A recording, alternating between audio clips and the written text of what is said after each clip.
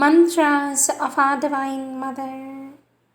Our Divine Mother says that grace is something that pushes you towards the goal to be attained. Do not try to judge it by your mind. You will not get anywhere because it is something formidable which is not explained through human words or feelings. With always our love and blessings, says our Divine Mother.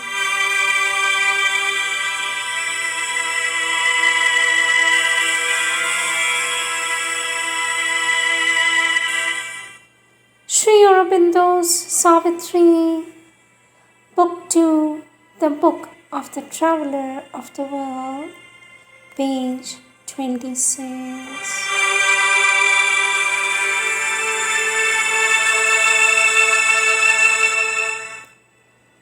A world's desire compelled her mortal birth.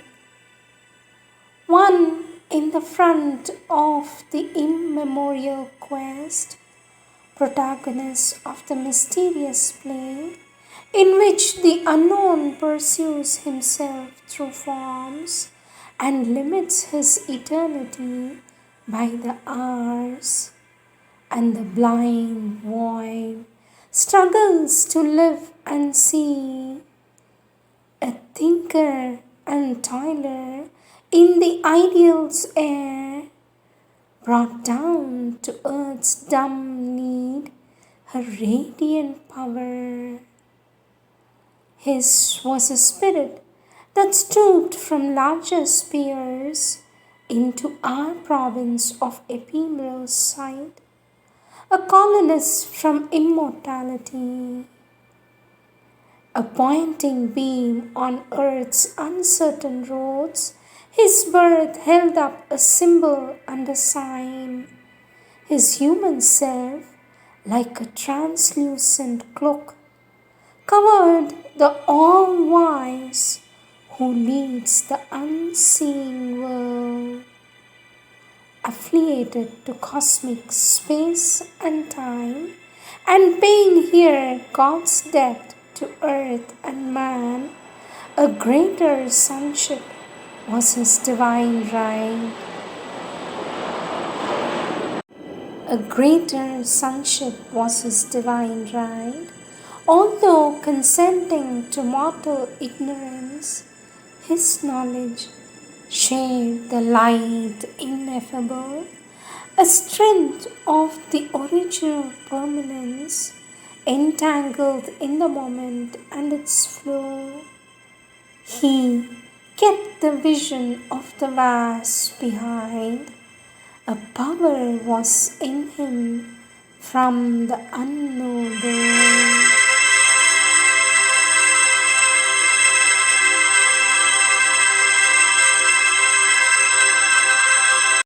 Darshan Day messages.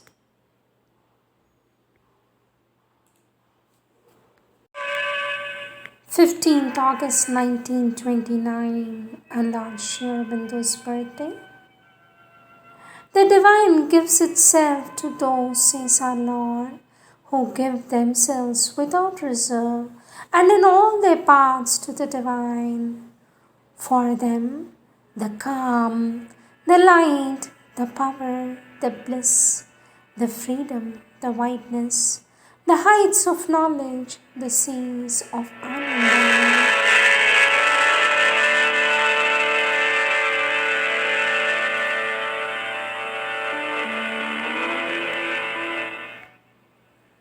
Centenary of our Divine Mother's return to Sri Aurobindo, 1920 to 2020.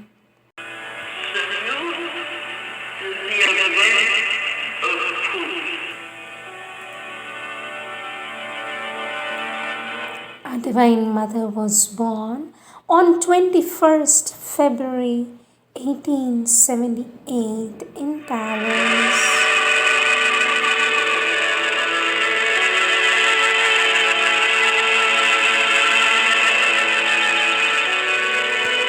She was named.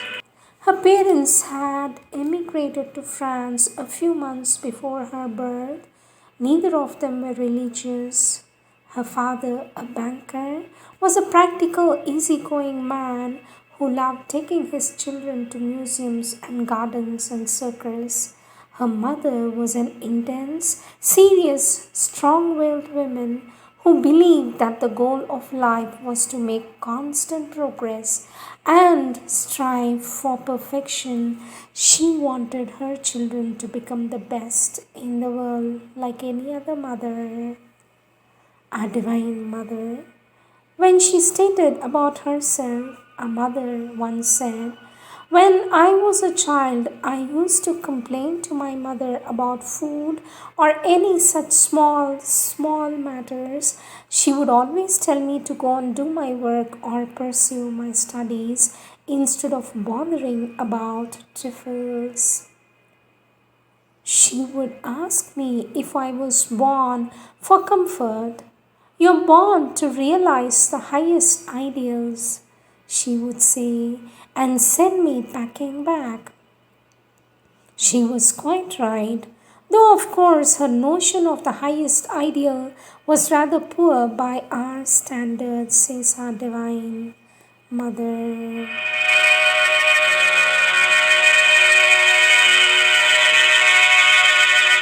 Our Divine Mother received her early education at home. Her mother was wise enough never to force her to do anything. She learned to read only at the age of 7. Our Divine Mother, when she was 8, she learned to play tennis and began to draw. At the age of 9, she went to school for the first time, a small private school for young women. At 9, she also started to play the piano. Mother's outer life was like that of any other child, but she also had an intense inner life that no one knew about, not even her parents.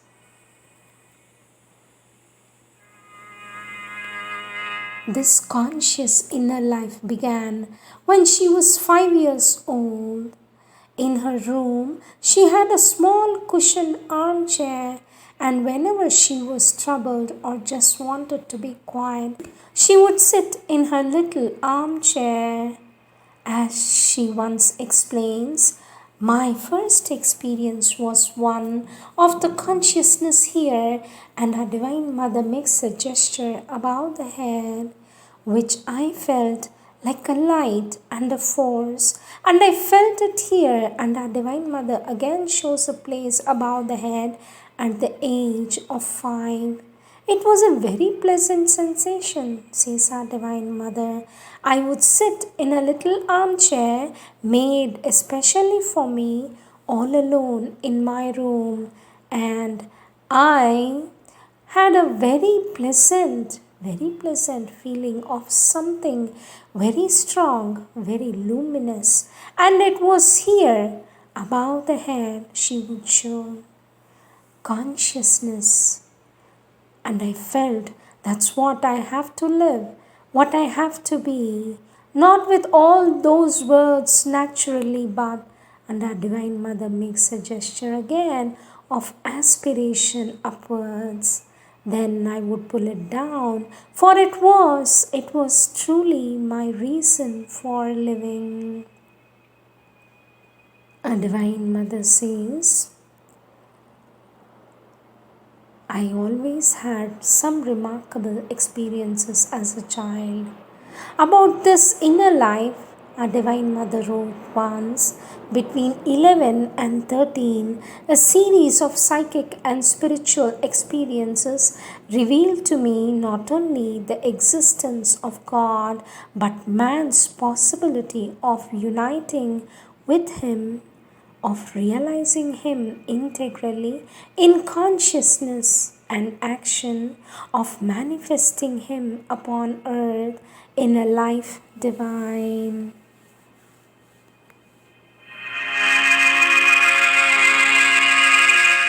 Our Divine Mother says this, along with a practical discipline for its fulfillment, was given to me during my body's sleep by several teachers, some of whom I met afterwards on the physical plane.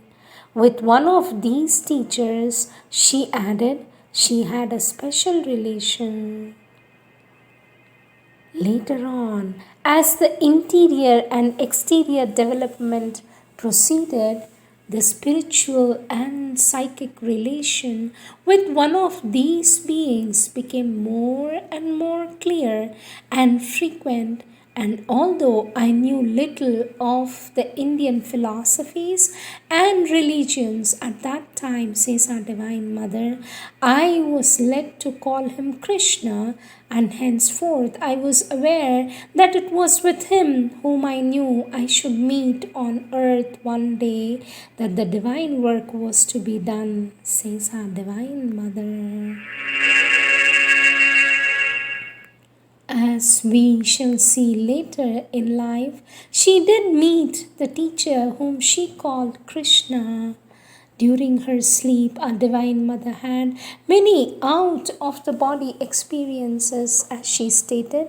One such experience went on night after night for almost a year.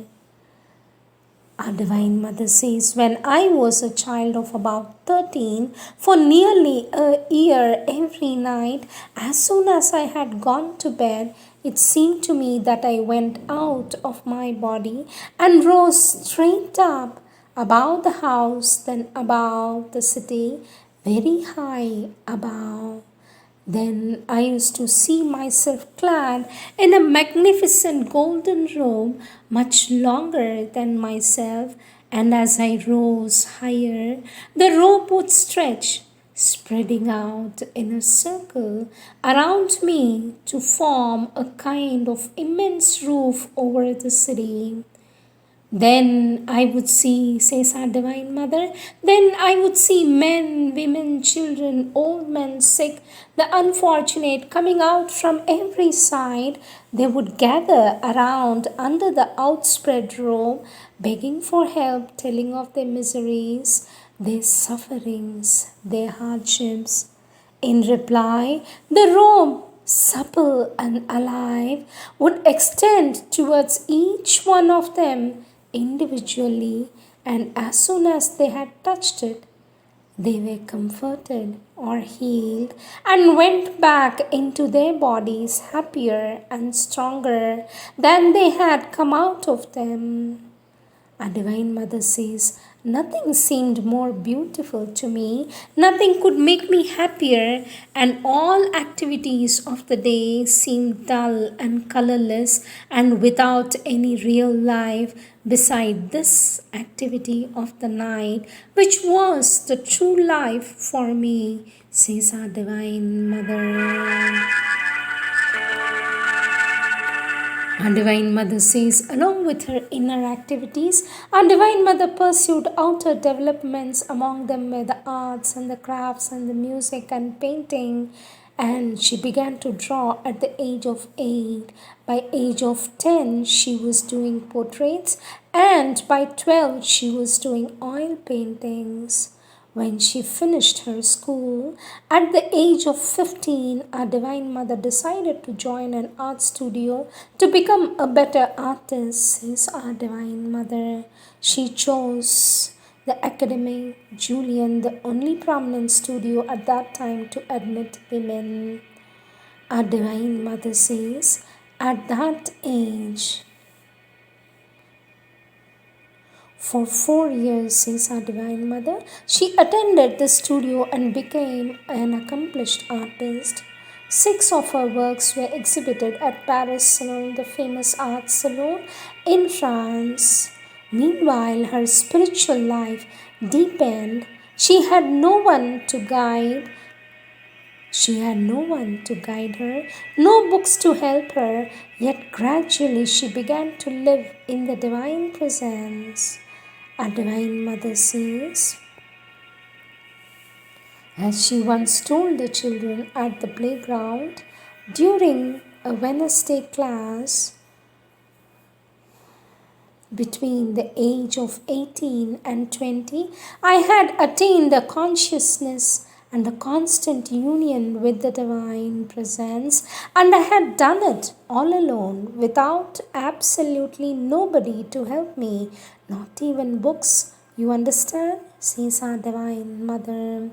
When I found one I had in my hand a little later, Swami Vivekananda's Raja Yoga, it seemed to me such a wonderful thing, you see, that someone could explain something to me. This made me gain in a few months what would have perhaps taken me years to do, says our Divine Mother.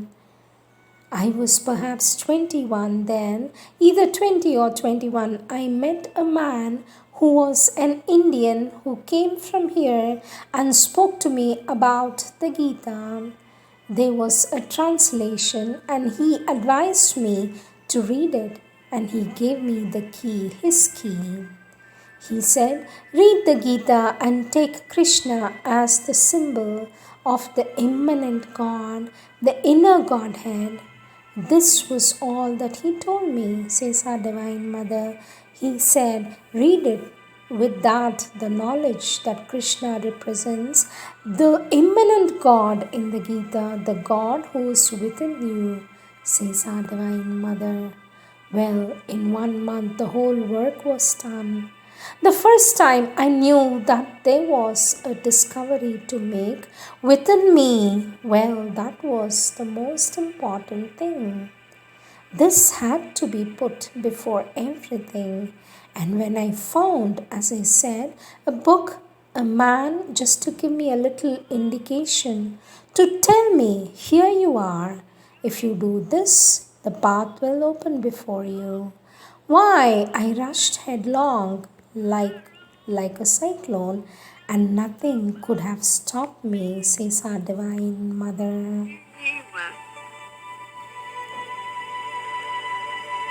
Our Divine Mother says, around 1903, when I was 25, I had several visions of a man in Indian dress. Later, I found out that the man in her vision was Sri Aurobindo.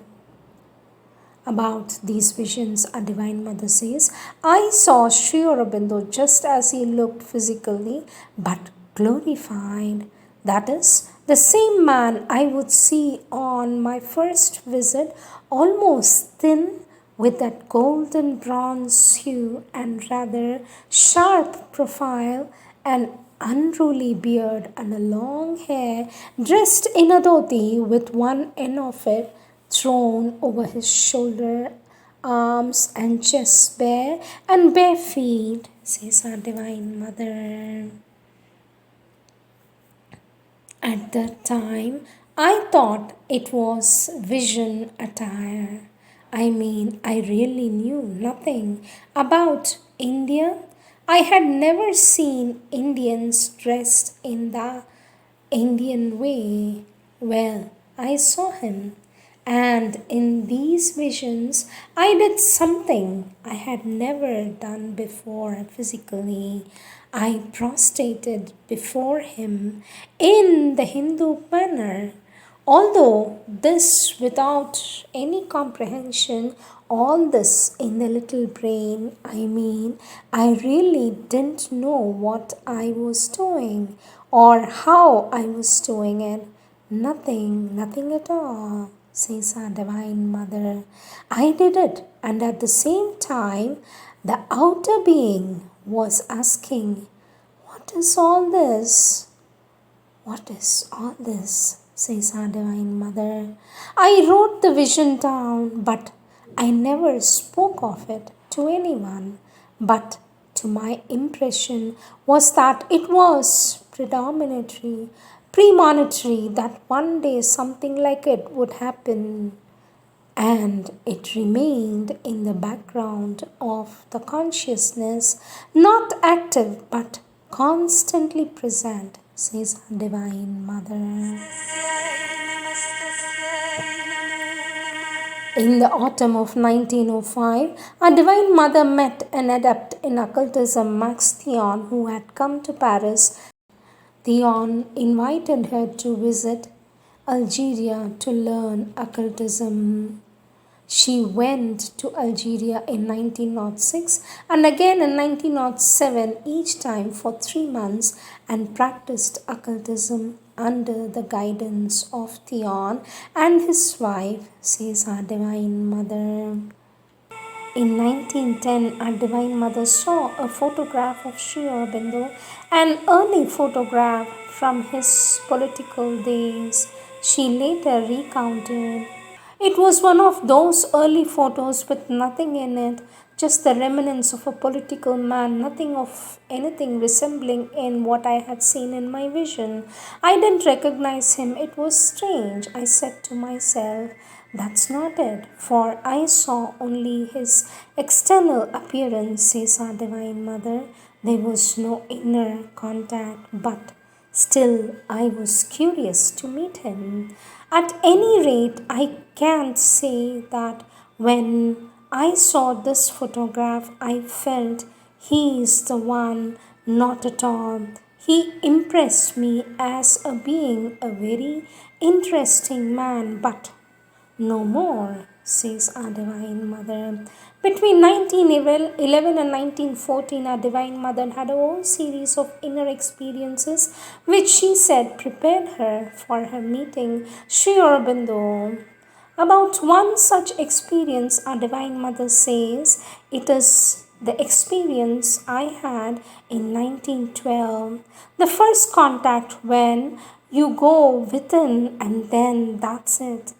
That concrete reality, that intensity beyond any possible physical intensity. Our Divine Mother says, and then the sense of that's it, the divine. This is the divine. This is the divine reality. This is it, the divine. You are the divine. To have it, just to give you an idea, took me a year of exclusive concentration on finding that within myself, that is, to enter into contact with the immanent God. I did nothing but that, thought of nothing but that, wanted nothing but that. At that time, says our Divine Mother, I was living in the house in Paris. It was New Year's Eve, I decided. Within the coming year, I had a large and almost square studio, a bit bigger than this room, with a door leading on a patio. I opened the little door, I looked at the sky, and there, just as I looked, was a shooting star. You know, the tradition, if you formulate an aspiration, just as you see a shooting star, before the star disappears, it will be realized within the year. And there, just as I opened the door, was a shooting star. I was totally in my aspiration, union with the inner divine. And before the end of December of the following year, I had the experience, says our Divine Mother.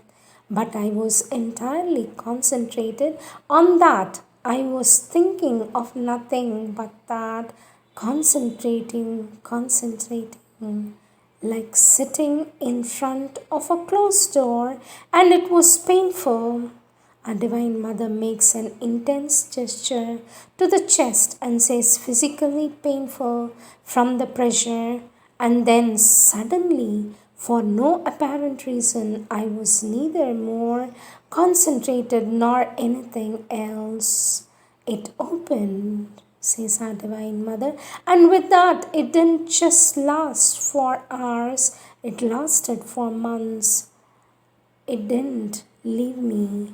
That light, that dazzling light, that light and immensity, and the sense of that willing, that knowing, that ruling the whole life, that guiding everything.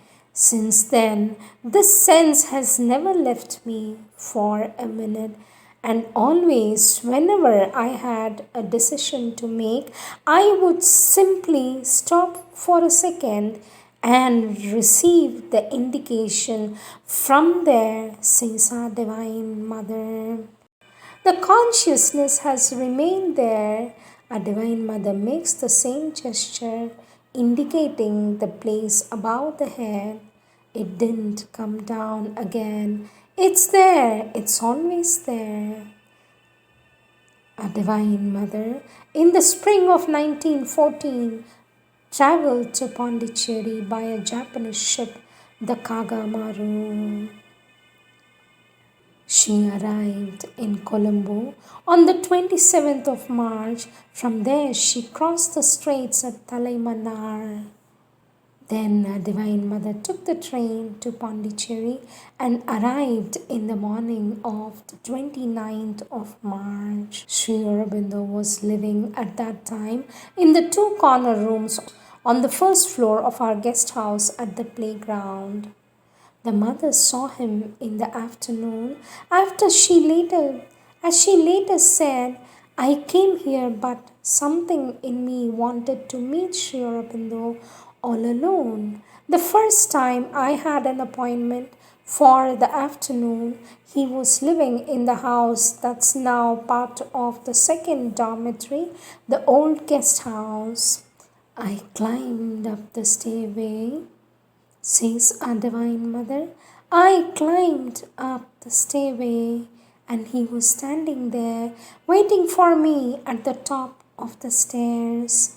Exactly my vision, dressed the same way, in the same position, in the profile, his head.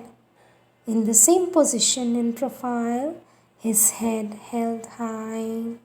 He turned his head towards me, and I saw in his eyes that it was he.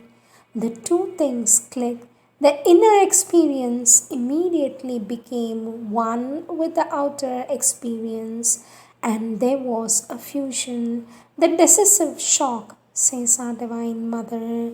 At last, the Divine Mother had met Krishna, the one whom she knew she would meet someday in the body, the one before whom she had prostrated in her visions years ago.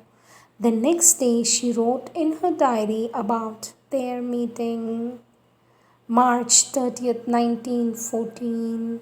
It matters little that there are thousands of beings plunged in the densest ignorance. He whom we saw yesterday is on earth.